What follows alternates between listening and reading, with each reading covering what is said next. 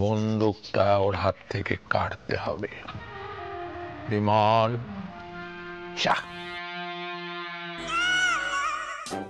আমি আজই কাজ ছেড়ে বাড়ি ছেড়ে চলে যাব বর্দা বাবু। তুই কি রে বিমল, ইয়ার কি বুঝিস না? সূর্য, তুই যা। আমি? অসম্ভব। কেন? ওই বন্দুকের কোনো লাইসেন্স নেই। একটা লাইসেন্স বিহীন আর্মসে আমি হাত দিতে পারবো না। আচ্ছা, কিন্তু বন্দুকটা তোর হাত থেকে সরাতেই হবে। অজ্ঞান হয়ে গেছে, বন্দুকটা ছাড়েনি। কাছিমের কামড় একেবারে। বন্দুকটা সরানো হবে, তারপর পুলিশে ফোন। দেখ কি হয়। বড়, তুই যা। না বড়দাদু, ব্যাপারটা কি হয়েছে, আমার তো শরীরটা এমনি ভালো নেই, আর এইসব দেখে না আমার কিরকম একটা প্যালপিটেশন হচ্ছে, আর আমি পারবো না। আমি দেখছি।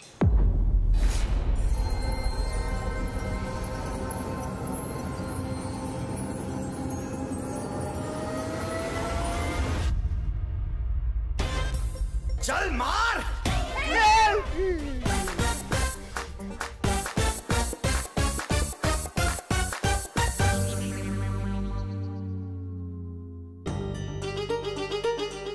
মাথা মারলো কে? আমার মাথায় কে মারলো? হ্যাঁ, কে মাথায় কে মার? ও তুমি? হ্যাঁ নাকি? যখন থেকে এসেছি তখন থেকে তুমি আমার পিছনে পড়ে আছো। ভীরু যদি আমি নাক্কাল না বের করেছি না, আমার নাম মন্দার চৌধুরী নয়। ওই পই করে বারণ করেছিলাম তোকে বন্দুক বের করবি না। তুমি দেখলে না আমার মাথায় মারলো তো? তো বন্দুক বের করলে কি তোকে ওরা পুজো করবে? দাদা ভাই ঠিকই বলে, অনসা লুম্পন অলওয়েজ এ লুম্পন। না বদমাইশ কথা করে আমি হ্যান্ডেল করছিলাম তো সব গন্ডগোল করে দিলাম। বন্দুকটা ঢোকা। হ্যাঁ ঠিক আছে।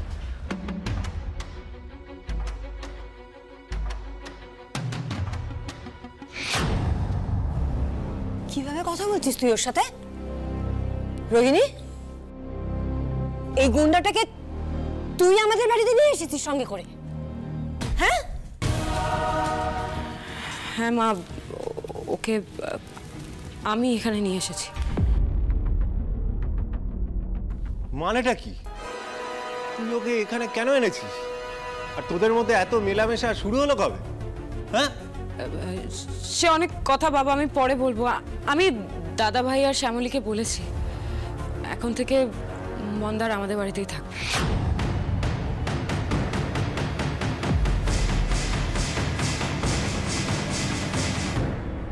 মানে এই ছেলেটা এই বাড়িতে এখন থেকে থাকবে?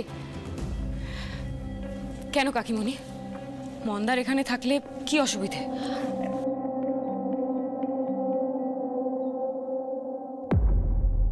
অসুবিধা হচ্ছে রোহিণী, 100 বার অসুবিধা হচ্ছে। তোমার এতটা অধপতন হয়েছে যে গুন্ডাটাকে তুমি বাড়িতে নিয়ে এসেছো, আবার বলছো আমাদের সকলের সাথে ও এই বাড়িতে থাকবে।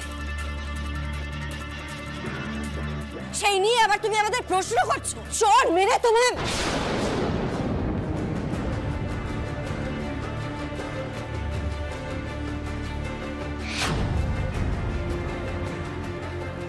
এত বড় সাহস তোমার!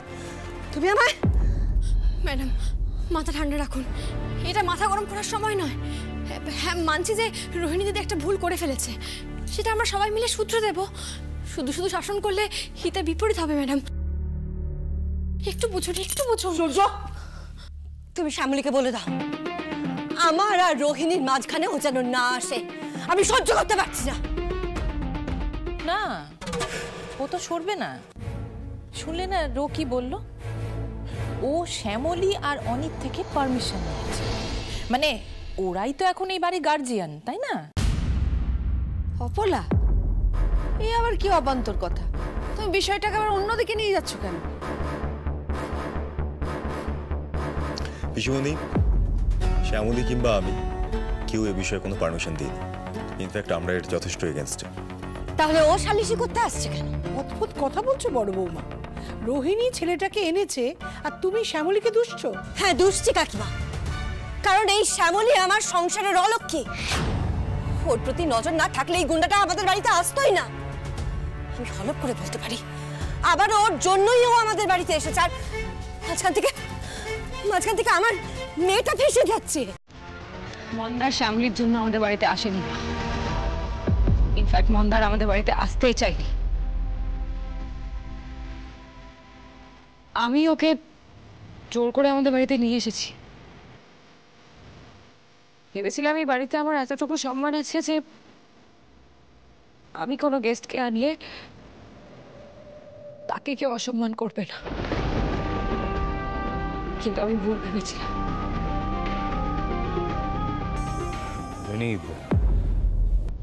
ছাড়ো, তুমি এসব কথা আর বলার দরকার নেই।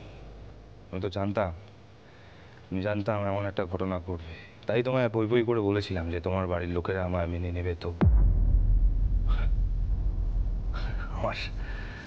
আমারই ভুল, আমারই বোঝা উচিত ছিল যে আমার মতন একজন গুন্ডাকে এরকম একটা ভদ্র বাড়িতে জায়গা দেওয়া যায় না।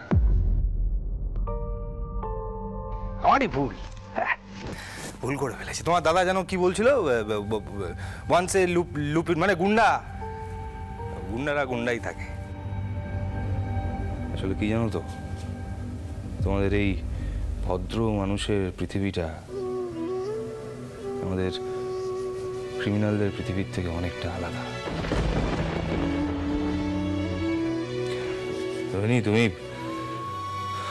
তুমি আমার জন্য আর বাড়ির লোকেদের সাথে ঝামেলা বাড়িও না। অনেক করেছো আমার জন্য, অসংখ্য ধন্যবাদ তোমায়। আমি আসি, নিজেদের মধ্যে ঝামেলা করো না, বুঝলে? আসি। দাঁড়াও মন্দার, কোথাও যাবে না তুমি। তুমি একবার ওখানে ফিরে গেলে আমি আর তোমাকে বাঁচাতে পারবো না। অলোকের লোকেরা তোমাকে শেষ করে দেবে, বুঝতে পারছিস না তুই? আমার কপালে যা আছে তাই তো হবে। অমিতাভ্য পাল্টাতে পারে না মানুষ, কিন্তু তার জন্য তোমাদের এই পরিবারেতে অশান্তি নেমে আসুক সেটা আমি চাই না, হতে দেবো না। দাদা, তুমি শুধু একা তো না, তোমার জন্য শ্যামলীকে অনেক কথা শুনতে হচ্ছে। সত্যি তো? এই মন্দারকে তো আমারও অচেনা লাগছে। এমনিতেই শ্যামলী আর দাদার সাথে আমি যা করেছি সে অপরাধ বোধ আমায় রোজ কুটে কুটে খাচ্ছে। ক্ষমা করতে পারিনি, তার জন্য আমি নিজে এখনো। দেখো, আমি চাই না আমার জন্য শ্যামলী এরপরেও অপমানিত হোক সবার সামনে। তুমি অপমানিত হও। শ্যামলী, একটা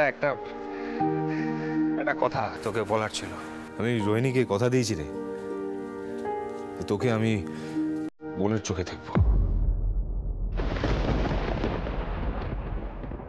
তোর প্রতি যা ভালোবাসা, কামনা, বাসনা ছিল সব ওই মায়ের যজ্ঞের আগুনে অর্পণ করে দিয়েছি। শুধু আমি যে কাজগুলো করেছি তার জন্য আমায় ক্ষমা করিস।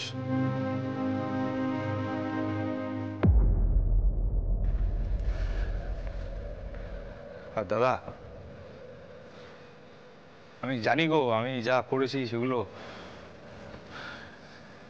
ক্ষমা করা যায় না, কিন্তু তবুও আপনারা তো ভদ্র মানুষ, আপনাদের মন হয়তো অনেক বড়, পারলে ক্ষমা করে দেবেন ভাইটাকে। আসি। দাঁড়াও মন্দার, তুমি একা না, আমিও যাবো তোমার সাথে।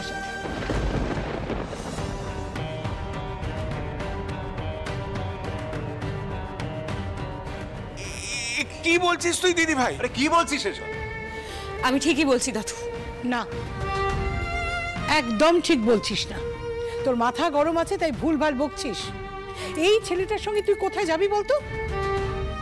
যেখানে ওর মতো একটা গুন্ডা যেতে পারে, জাহান্নামে। তোমাদের এই ভদ্রলোকের বাড়িতে যদি ওর জন্য একটা আশ্রয় না জোটে, তাহলে ওর সাথে আমি জাহান্নামে চলে যাব। আমি তো ওকে ভরসা দিয়ে এখানে নিয়ে এসেছিলাম, একা ওকে ছেড়ে দিতে পারবো না।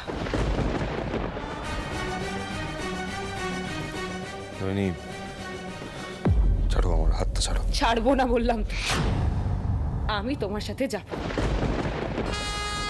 অরুণাভ, তুমি একটা কাজ করো, তুমি বরং পুলিশে খবর দেওয়ার একটা ব্যবস্থা করো।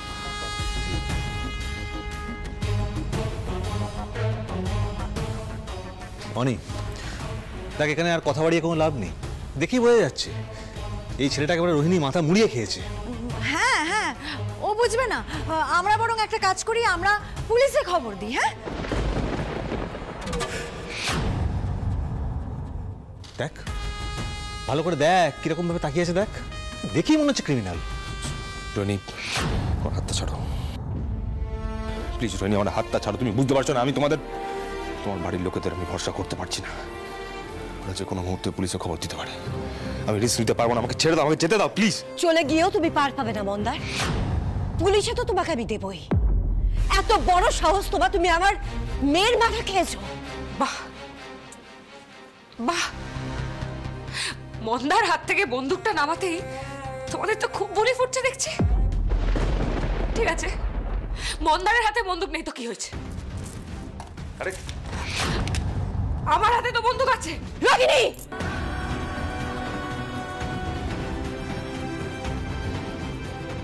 কি করছিস? কি করছিস? ছাড়ো আমাকে। কেউ যদি পুলিশকে খবর দেয়, আমি নিজেকে শেষ করে দেবো।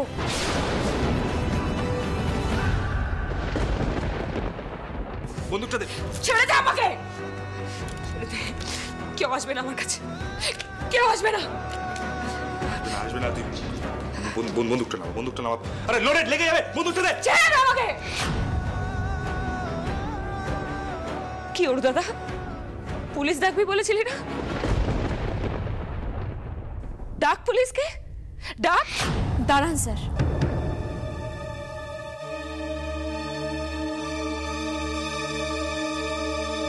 রোহিণী দিদি, বন্দুকটা আমায় দাও। না শ্যামলী, বন্দুকটা নামিয়ে দিলে ওরা এক্ষুনি পুলিশ ডাকবে। আর আমি মন্দারকে কথা দিয়েছি, আমাদের বাড়ির কেউ পুলিশে কোনো খবর দেবে না। সে কথা খেলাপ হওয়ার আগে আমি মরে যাব। কি বলছো কি? রোহিণী, তুই বন্দুকটা নিয়ে নে, বন্দুকটা নিয়ে নে। আরে যা হবে বন্দুকটা। রোহিণী দিদি, আমি বলছি বন্দুকটা আমায় দাও। বন্দুকটা দাও আমায়। না শ্যামলী, কেউ পুলিশ ডাকবে না, আমি কথা দিচ্ছি। তুমি তো আমাকে চেনো, এবার দাও আমায় বন্দুকটা।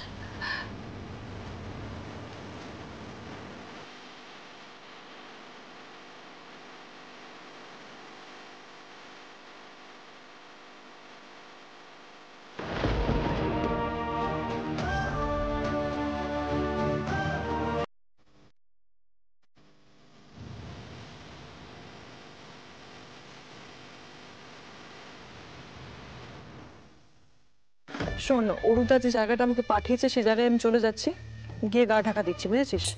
আর কোথায় গেলি? হ্যাঁ, আর অরুদা তো বললোই যে সমস্ত ব্যবস্থা করেই রেখে দিয়েছে ওখানে, অসুবিধা হবে না।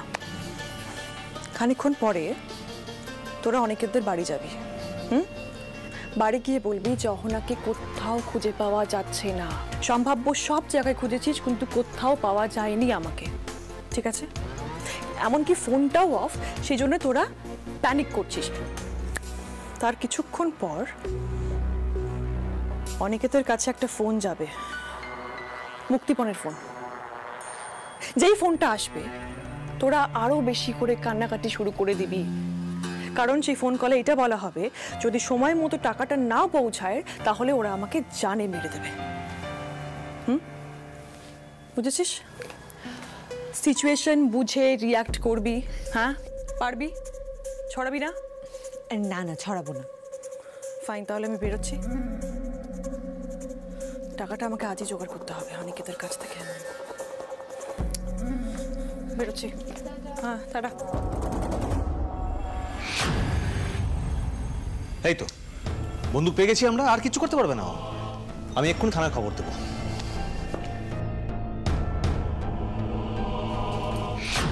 এটা কি হলো? অরুদাদা, আমি আপনার মতো দোকলা হতে পারবো না। আমি যখন বলেছি পুলিশে খবর দেওয়া হবে না, তখন হবে না। আর মন্দার এই বাড়িতেই থাকবে।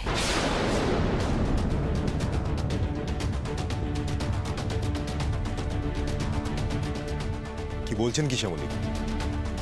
তখন আপনিও রাজি হয়ে যাচ্ছেন? হ্যাঁ স্যার, আমি রাজি হয়ে গেলাম। আমাদের বাড়ির মেয়ে কাউকে কথা দিয়েছে, সেই কথা রাখার দায়িত্ব তো আমাদের পরিবারের উপরই বর্তায়, তাই না? আর তাছাড়া যখন রোহিণী দিদি বলছে যে ও একটা অন্য মন্দারের খোঁজ পেয়েছে, তখন সেই মন্দারকে তো আমাদের একটু ভরসা করা উচিত। একদম বাড়াবাড়ি করবে না তুমি শ্যামলী। রোহিণীর কথার কি দাম? মানুষ চেনেও, তার ফল তো আমরা সবাই আগেও ভুগেছি। দেখুন শ্যামলী, মামুন একদম ঠিক বলেছে। শুধুমাত্র রোয়ের কর্তার উপর ভরসা করে মন্দারের মতো একদম ক্রিমিনালকে সার্টিফিকেট দেওয়া ঠিক হচ্ছে না। স্যার, আমি শুধু রোহিণী দিদির কথার উপর ভরসা করছি না, আমার মনও বলছে যে এ মন্দার সে মন্দার নয়। আপনি তো আমাকে বলেন যে আমি নাকি মানুষ চিনি। আমি সে চেনা থেকেই বলছি, এই মন্দারের চোখ মিথ্যা কথা বলছে না স্যার। আর তাছাড়া আমি গুন্ডা মন্দারকে খুব কাছ থেকে দেখেছি, খুব কাছ থেকে চিনেছি। ও যদি এখানে অশান্তি করতে আসতো না স্যার, তাহলে খালি হাতেই ও আমাদের প্রত্যেকে কাবু করে দিতে পারতো, কিন্তু ও সেটা করেনি। ও এখানে অশান্তি করতে আসেনি স্যার। এই তো এতক্ষণে কেউ অন্তত আমার কথাটা বুঝেছে। মন্দার তোমাদের কারোর কোনো ক্ষতি করবে না, ও কারোর ক্ষতি করতে আসেনি। একটু সুস্থ হয়ে গেলে ও চলে যাবে এখান থেকে। তার মধ্যে ও যদি কোনো ঝামেলা করে, কে দায়িত্ব নেবে? আমি নেব। মন্দার প্রথমবার আমার জন্যই বাড়িতে এসেছিল, আর এইবারেও ওর হয়ে আমি জামিন থাকছি। দেখলে তো সবাই, ও আগে থেকেই ঠিক করে রেখেছিল যে মন্দার এই বাড়িতেই থাকবে। খামোখা হাওয়া গরম করে ও কি দায়িত্ব নেবে একটা গুন্ডার? আরে বাবা, ওটা একটা ক্রিমিনাল। পিসিমণি, যে কোনো ক্রাইম করলেই তাকে ক্রিমিনাল বলা হয়, যে কোনো অপরাধ করলেই তাকে অপরাধী বলা হয়। তাহলে সেক্ষেত্রে তো অনেক অপরাধীকেই আমরা ক্ষমা করে দিই, তাই না? এই শ্যামলী, তুমি এক্স্যাক্টলি কি মিন করতে চাইছো বলো তো? এই, তুমি কি অরুণাবার সঙ্গে মন্দারের তুলনা করছো? চাপ বাবা, আমি অরুদাদার নাম কখন নিলাম? আমি তো কিছু বলিনি। ব্যাপারটা কেমন হলো বলুন তো? পড়লো কথা হাটের মাঝে, যার কথা তার গায়ে বাজে। যাকে কথায় কথা বাড়বে। আমি বলছি স্যার, বড়বাবু, বড়দাদু, আপনারা মন্দারকে এখানে থাকার অনুমতি দিন, দয়া করে অনুমতি দিন। আমি অনুমতি দিতে পারছি না। স্যার, আমি এত বড় মুখ করে কথাগুলো বললাম, আর তারপরেও আপনি অনুমতি দেবেন না? না, অনুমতি দেব না। কেন দেবেন না স্যার? আমি মানছি মন্দার অপরাধী, কিন্তু রোহিণী দিদি তো চাইছে মন্দারকে সুস্থ জীবনে ফিরিয়ে আনার চেষ্টা করছে, একটা সুস্থ জীবন দিতে। হতেও তো পারে যে মন্দার ভালো হয়ে গেল। এত তাড়াতাড়ি কোনো ক্রিমিনালের ক্যারেক্টার ভালো হয়ে যায় না শ্যামলী। এই ডিসকাশন এখানেই শেষ। মামনি, তুমি রোকিনি ঘরে যাও। এই যে ভাই, তুমি এসো। না,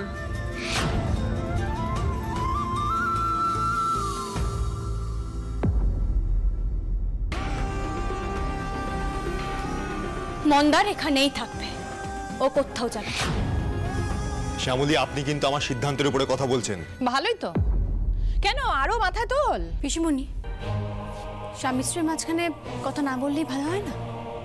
আপনি দয়া করে আমাদের মাঝখানে কথা বলবেন না। স্যার, ধর, মন্দারকে এখানে থাকতে দিন। না, দেব না। আপনি কেন জেদ করছেন স্যার? এতে কারো ভালো হবে না। জেদ তো আপনিও করছেন শ্যামলী। আমি কোনো জেদ করছি না স্যার, যাতে সবার ভালো হবে আমি সেটাই করতে বলছি। আমার কথাটা একটু রাখুন স্যার, দয়া করে একটু বুঝুন। মন্দার এখানে থাকবে না, এটাই আমার শেষ কথা। মহেশ্বর, যে কথাটা বলতে চাইছিলাম না সেটাই বলতে হবে, নয়তো মন্দারকে এখানে রাখতে পারবো না। মাফ করবেন স্যার, আপনার কথা শেষ হলেও আমার কথা এখনো শেষ হয়নি। ফাঁসির আসামিও শেষ সুযোগ পায়, সেখানে মন্দার কেন পাবে না? আর এমনটা তো নয় যে যে ভুল করে, যে অন্যায় করে, তাকে আপনি কোনো সুযোগই দেন না। মানে কাকে সুযোগ দিয়েছি আমি? কি বলছেন আপনি? অহনাকে।